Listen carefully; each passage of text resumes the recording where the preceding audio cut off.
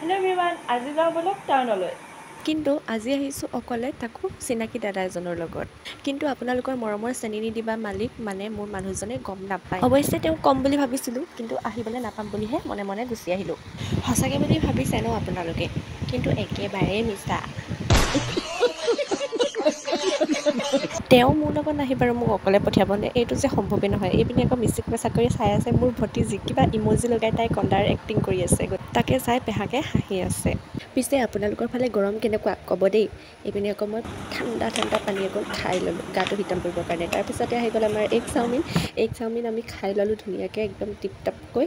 আজিৰ দিনটোত আকৌ আমাৰ টাউন বন্ধ থাকে, তথাপিও আমি ওলাই আহিলোঁ আৰু আকৌ বেলেগ এঠাইলৈ লৈ যাওঁ বুলি ক'লে লৈ গৈ মোক খোৱালে লাচ্ছি। এইফালে আকৌ ইছ ৰাম 3 টকা এটা গ'ল গ'ল।